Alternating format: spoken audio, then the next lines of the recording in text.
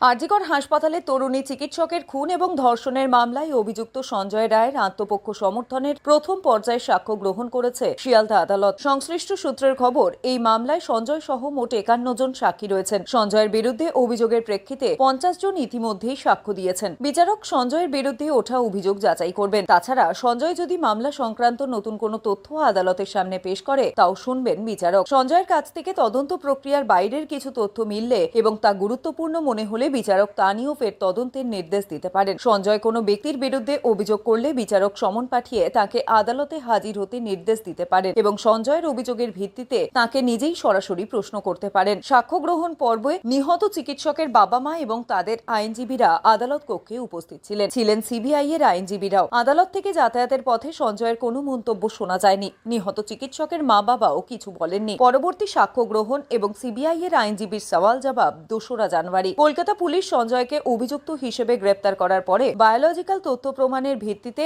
আদালতে চার্জশিট জমা দিয়েছে সিবিআই। মামলার চার্জ গঠন পর্বে এবং বিচার প্রক্রিয়া চলাকালীন বেশ কয়েকবার আদালত থেকে যাতায়াতের পথে অভিযুক্ত সঞ্জয় নিজেকে নির্দোষ বলে দাবি করে তাকে ফাঁসানো হয়েছে বলে বোঝানোর চেষ্টা করেছিল। তাকে মুখ বন্ধ রাখার জন্য চাপ দেওয়া হচ্ছে বলেও অভিযোগ করে সঞ্জয়। কলকাতা পুলিশের প্রাক্তন কমিশনার বিনীত গোয়েল এবং আরও কয়েকজন পুলিশকর্তা তাকে ফাঁসিয়েছেন বলেও অভিযোগ তুলেছিল সঞ্জয়।